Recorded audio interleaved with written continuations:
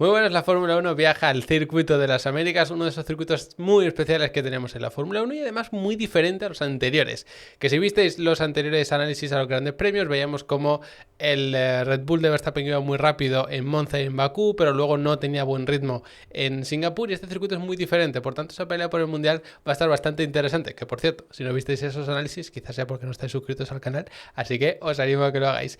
Y dicho esto, vamos a analizar este circuito de las Américas para que lo entendáis bien y entendáis por qué es tan especial. Como siempre, analizaremos los datos que os presento siempre en cada circuito, veremos también temas de telemetría, de reglajes, los sectores, la zona de RS, absolutamente todo lo que os podáis imaginar, así que os invito a que os quedéis hasta el final del vídeo. Y empezando por los datos, vamos con la longitud. Tenemos un circuito que para mí es de los largos porque yo establezco los 5 kilómetros como el límite un poco, entonces un poquito por encima como es este, que son 5 kilómetros y medio, lo consideramos de los circuitos al menos medianamente largos. Por eso se dan poquitas vueltas en general, sobre todo en la carrera larga, la del domingo por supuesto, y eso es clave a nivel estratégico porque es un circuito muy largo con muchas curvas y donde el desgaste suele ser bastante importante. Por tanto, si vas con una o dos vueltas de diferencia, esto ya puede marcar una diferencia y puede hacer que pierdas alguna posición, que se te haga demasiado largo un stint si tienes que estirar mucho la tanda de ese neumático, así que ojo al tema estratégico que aquí es clave.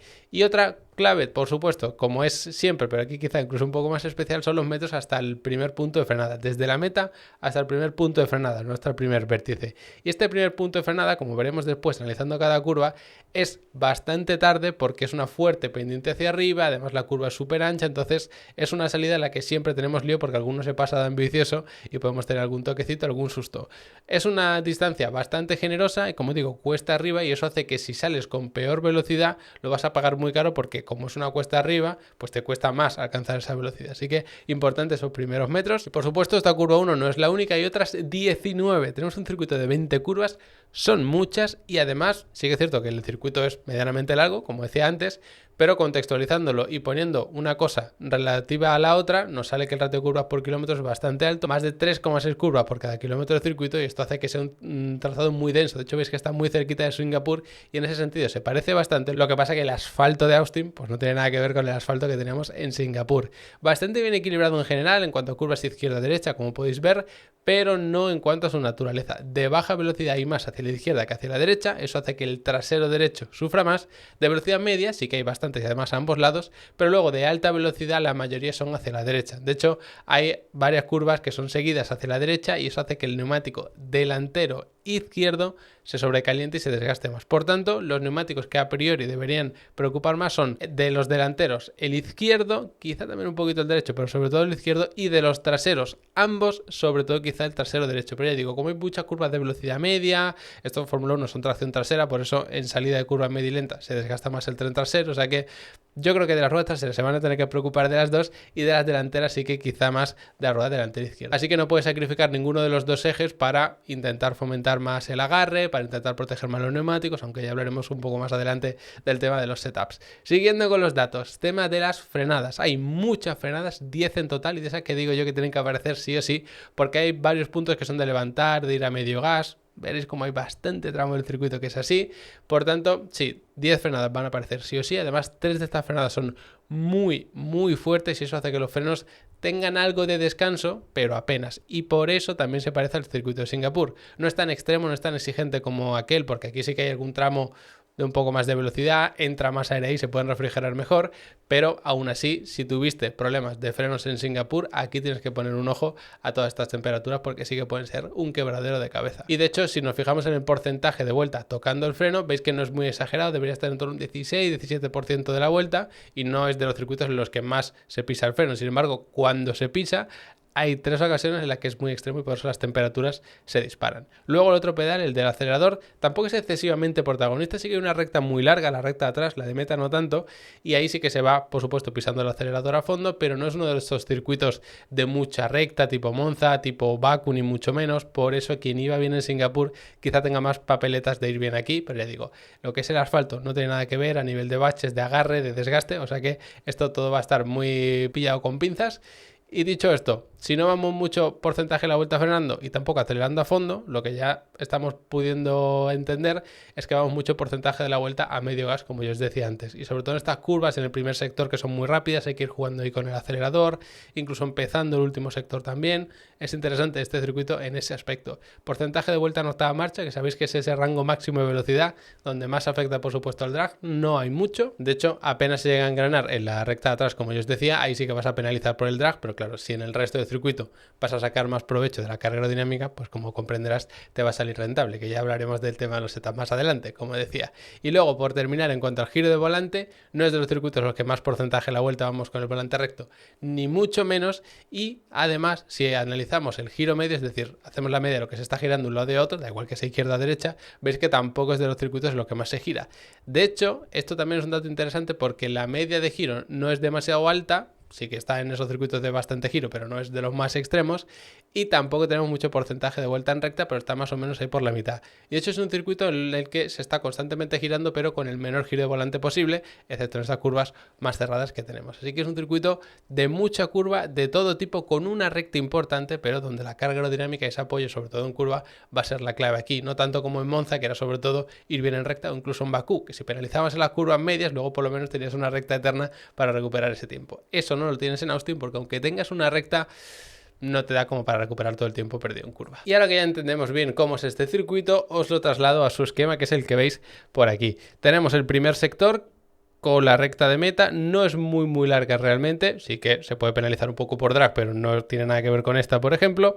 Frenada fuerte de la curva 1 y luego caracterizado sobre todo por esta serie de curvas rápidas. Si tienes más carga aerodinámica, aquí lo vas a poder aprovechar muchísimo. Aunque penalices un poco por el drag aquí, por ese arrastre del aire, no vas a tener problema por el tiempo en este primer sector, porque incluso ese drag te puede ayudar en la frenada fuerte de la 1, más tarde puedes frenar aún y sobre todo aquí vas a poder recuperar un montón de tiempo, porque esta es la típica zona en la que tienes que ir jugando a medio gas, soltando, dar pequeños toquecitos de freno y ahí la aerodinámica te ayuda muchísimo porque puedes soltar menos, incluso hacer alguna curva apretando más el acelerador o directamente sin tener que levantarlo. Luego el segundo sector pues empieza más o menos parecido, pero con curvas algo más cerradas, igual que la curva 11, igual que la curva 12 y sobre todo con este tramo de recta enorme. Por tanto, la carga aerodinámica te ayuda muchísimo en el primer sector por esta zona, pero no tanto en el segundo. Sí que al principio, porque estas curvas son de velocidad media, no llegan a ser de velocidad alta, pero luego curva 11 es muy cerrada, curva 12 también es muy cerrada. Eso sí, la aerodinámica te puede ayudar en todo caso a frenar el coche, como decía antes, para poder frenar un poquito más tarde, pero aquí necesitas la mayor velocidad punta posible. De hecho, esta curva 11 sí que es de velocidad baja, pero un poco más de velocidad de la que puede parecer, porque es una curva bastante ancha. Entonces sí que te puedes abrir mucho, cerrarte en el vértice, volverte a abrir y puedes abrir bastante. Y luego el tercer sector es curvas muy cerradas como son, bueno, desde la 13 hasta la 15 realmente, y luego todas estas que son de alta velocidad y luego otra de baja velocidad. Es el sector más revirado porque no tenemos tramo de recta en absoluto y ahí sí que te ayuda sobre todo la aerodinámica y el buen comportamiento del chasis a baja velocidad. Sí, es un circuito que tiene curvas de todo tipo, pero en función de en qué sector vas bien podemos hacer una previsión de cuáles son los puntos fuertes de cada equipo o qué han decidido priorizar. Si vas bien en el segundo sector es sobre todo por la velocidad punta, si vas bien en el segundo es sobre todo por la aerodinámica y en el tercero puede ser o por aerodinámica o por buen comportamiento del chasis a baja velocidad, que la aerodinámica no nos ayuda tanto, pues gracias al sistema pues de las suspensiones, del diferencial, de todos estos elementos mecánicos, ¿no?, que lleva un coche de Fórmula 1. Y con todo esto, ¿dónde se pueden ver los adelantamientos? Pues sobre todo en la recta que une las curvas 11 y 12. Justo antes de la 11 tenemos el punto de detección de DRS, además esta curva 11 es de baja velocidad, por tanto el aire sucio no te va a afectar demasiado, puedes salir bien cerquita de ese piloto y tienes todo esto para poder adelantar, e incluso si no eres capaz luego puedes apurar la frenada de la 12 y terminar el adelantamiento. Se ven además paralelos bastante bonitos entre la 12, la 13, incluso hasta la curva número 15, ahí hay unas peleas en pista bastante bonitas, pero ya sí que es un poco más complicado adelantar, a no ser que lleves un coche que esté mucho mejor, que vaya con mucho mejor ritmo, ya sea por el coche en sí, por los neumáticos o por lo que sea. Y luego hay otra zona de DRS aquí, en lo que sería la recta de meta, pero fijaos que para poder abrir aquí el DRS tienes que pasar a menos de un segundo antes de la 19. No importa lo que hagas en la 19, no importa lo que hagas en la 20, que si aquí pasaste a menos de un segundo, aquí vas a poder abrir el DRS. Ojo con eso, que a veces da confusión porque dices, oye, pero si le ha pasado en la frenada de la 20, por ejemplo, o en la 20 ya va a 1.2, da igual. Aquí el que iba por detrás, al menos de un segundo aquí, va a poder abrir el DRS. Para adelantar en esta recta es sobre todo al final, apurando más la frenada. Es raro ver un adelantamiento aquí, por ejemplo, a mitad de recta. Y por cierto, muchas de esta técnica de adelantamiento, defensa, todo esto lo vemos en un curso del Level Up Academy, que es de pilotaje deportivo. Luego además hay uno de técnicas avanzadas de pilotaje y por supuesto que tenéis todos los cursos que os podéis imaginar, no solo de pilotaje, sino de telemetría, de reglajes, de estrategias de carrera, de Fórmula 1 en específico. O sea que si os gusta el tema del automovilismo, pero sí con una visión un poquito más friki, más técnica del asunto, echadle un vistazo, porque de verdad el precio es espectacular. Podéis estar los meses que queráis, mientras hayáis pagado un mes, durante ese mes vais a poder ver todo el contenido, guardáis los cursos, os hacéis vuestra organización y si en algún mes os tenéis que dar de baja porque no vais a tener tiempo o lo que sea, os dais de baja y reactiváis la cuenta cuando queráis. De verdad que no hay ningún problema. Me tenéis a mí desde el soporte para todas las dudas que tengáis, tanto de las clases como de automovilismo en general, y luego un montón de recursos extra como las descargas, los reglajes de SimRacing que van siempre acompañados de una especie de mini clase explicando el setup. O sea que echar un vistazo, que tenéis certificados, tenéis ahí plantillas y de todo. Echar un vistazo, como digo, de verdad, porque merece mucho la pena y podéis estar el tiempo que queráis, o sea que podéis probar sin compromiso. De hecho, la primera clase de cada curso es en abierto para que entendáis un poco cómo es la plataforma y si luego pues os convence ver alguna clase y tal, pues ya os apuntáis y os veo por ahí, ¿vale? Así que aclarado este asunto, vamos a explicar cada una de las curvas desde el punto de vista del pilotaje, empezando por la curva 1, cuya principal característica aquí no se ve y es que tenemos una fuerte pendiente hacia arriba brutal, por eso se frena muy tarde y además tenemos una característica que se repite en este circuito de Austin, es cómo se abre la curva aquí. Fijaos en el ancho del circuito aquí, en el vértice o justo antes y después al final. Se hace como una especie de efecto embudo, que esto en carrera, sobre todo en la salida, suele dar algún susto, y para una vuelta lanzada o una clasificación o lo que sea, como os pintaba también en alguna curva de Singapur, hay que tener de referencia estas líneas de aquí, no el vértice como tal. Esto lo que significa es que tienes que estar bien abierto, redondear la curva y cuando pasas por este supuesto vértice, es decir, por el piano interior, no puedes estar perpendicular a él, sino que ya tienes que estar apuntando hacia el exterior de esta curva para estar abriéndote por aquí. Si aquí pasas totalmente perpendicular, significa que aquí vas a tener que forzar mucho el giro y vas a perder tiempo. Insisto, apurando bien esta parte exterior, te cierras por aquí y ya todo esto se hace a mitad de pista porque la curva 2 es muy abierta, se hace a fondo con esto de Fórmula 1 sin ningún problema, así que donde está la mayor dificultad es en la frenada de la 1. De hecho, lo que estéis en el simulador, yo creo que el fallo más típico es no quedaros aquí abierto, sino ir frenando así y ya no aprovecháis todo el ancho del circuito, tenéis que meter más giro de volante y perdéis más tiempo. Haciéndola más abierta y más redondeada, la vais a poder hacer más rápido. Después de la curva 2 viene la serie de enlazadas, probablemente más características del circuito de las Américas, pero bueno, es que hay varias que son así, entonces no me atrevería tanto a decirlo, pero muy características de muchísima velocidad y lo más importante es empezar bien con la curva número 3. Es una curva a fondo, recuerda mucho a estas S de Silverstone y se empieza exactamente igual.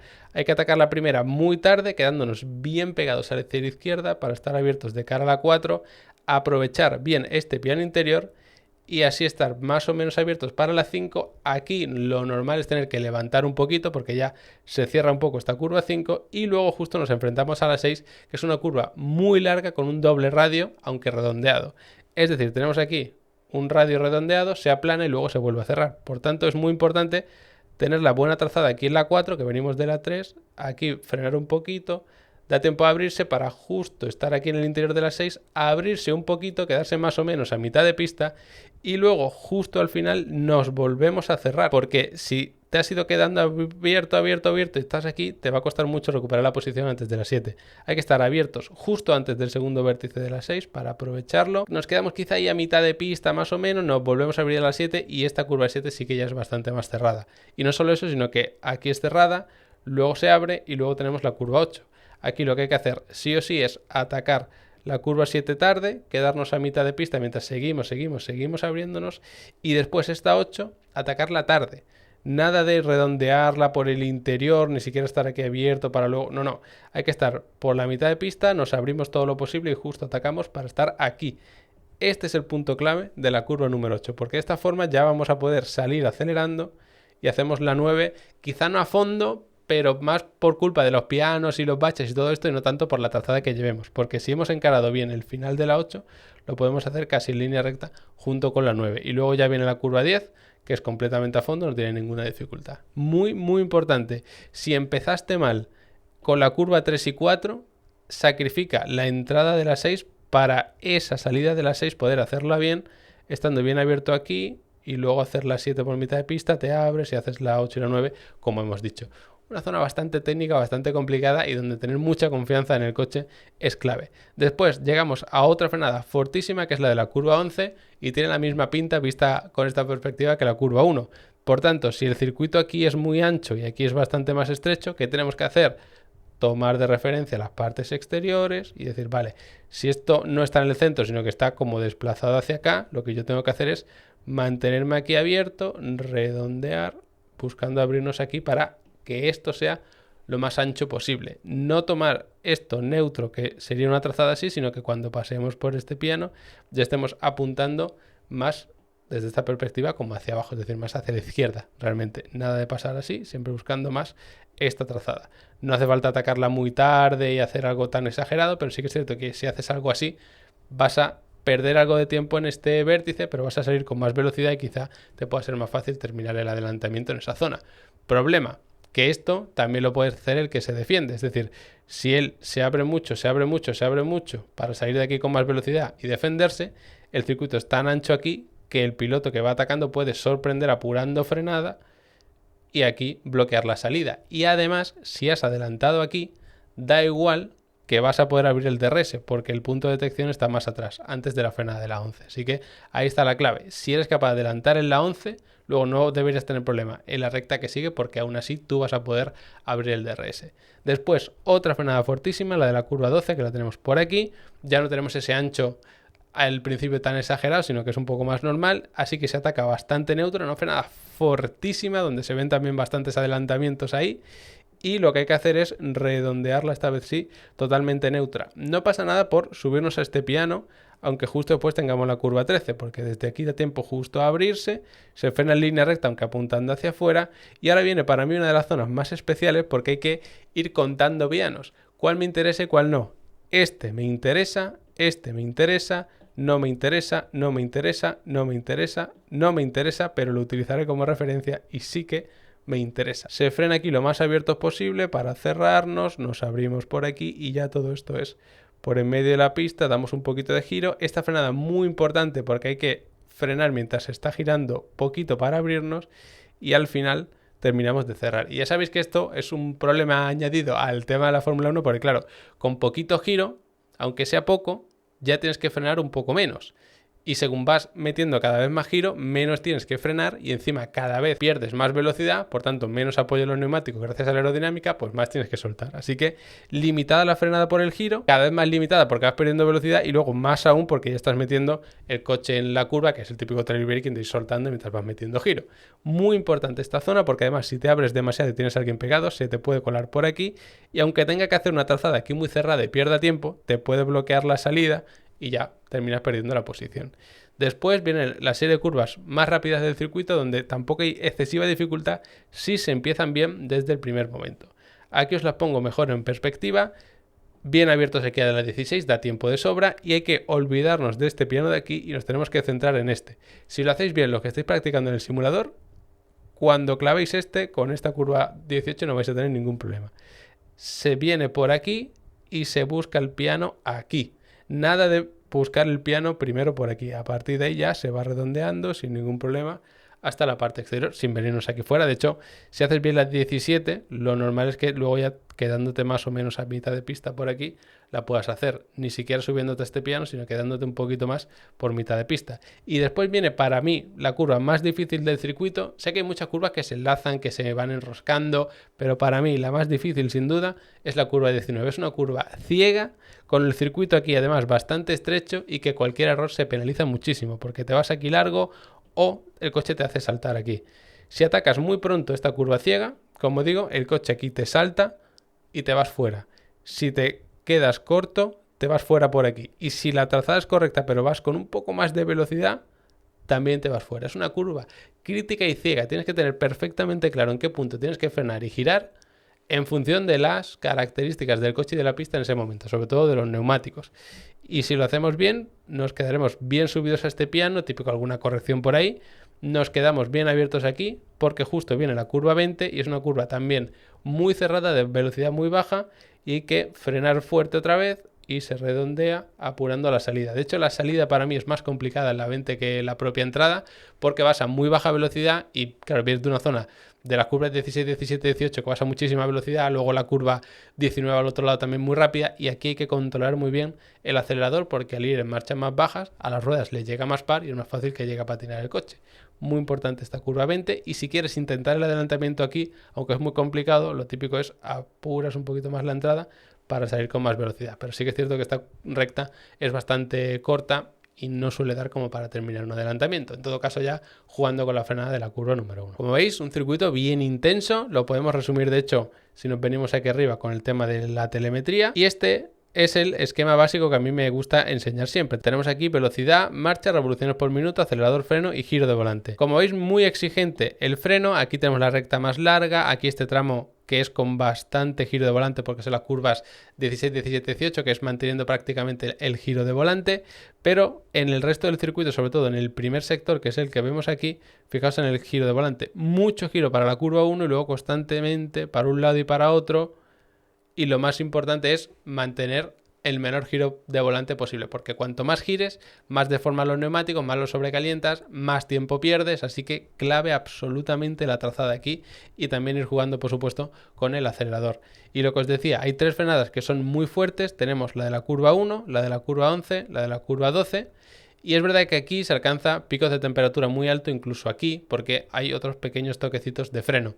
No es un circuito precisamente en el que te puedas olvidar de refrigerarlos, porque si no, sobre todo aquí al final llegas con la temperatura de frenos por las nubes y ahí gestionarlo es muy complicado. Incluso te puede llegar a sorprender en estas últimas frenadas, que si el coche no te frena tanto como tú querrías o de la forma que tú querrías, ahí al final por las temperaturas pues puedes tener algún susto y puedes perder mucho tiempo. Y luego el resto del circuito, como veis, pues bastante equilibrado. Recta de meta, frenada fuerte, pequeño tramo de recta, aunque no es recta realmente, sino que son curvas 2, 3 que se hacen a fondo. Este tramo de curvas rápidas, que cada vez son menos rápidas, como podéis ver aquí, culmina con curvas de muy baja velocidad y luego curvas de velocidad media y baja, y al final lo mismo, curva de alta velocidad y media tirando a baja también.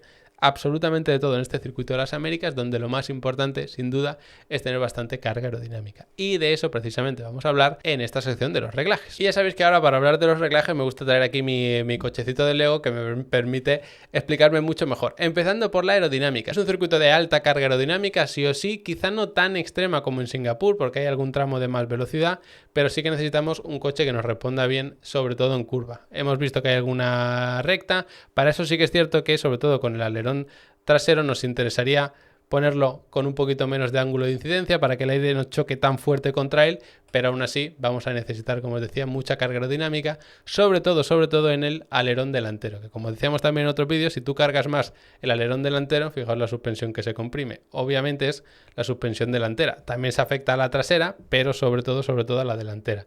Y esto que veis aquí de la suspensión que se comprime, en la práctica lo que se traduce a la puesta a punto del coche es que estamos generando más apoyo en estos neumáticos delanteros, y son los que nos van a permitir girar rápidamente en esas curvas a un lado y a otro del primer sector. Ahí vamos a muchísima velocidad, por tanto la carga aerodinámica que se está generando es muy alta, que es exponencial con la velocidad, y por eso tener más apoyo aerodinámico en los neumáticos delanteros nos va a ayudar mucho.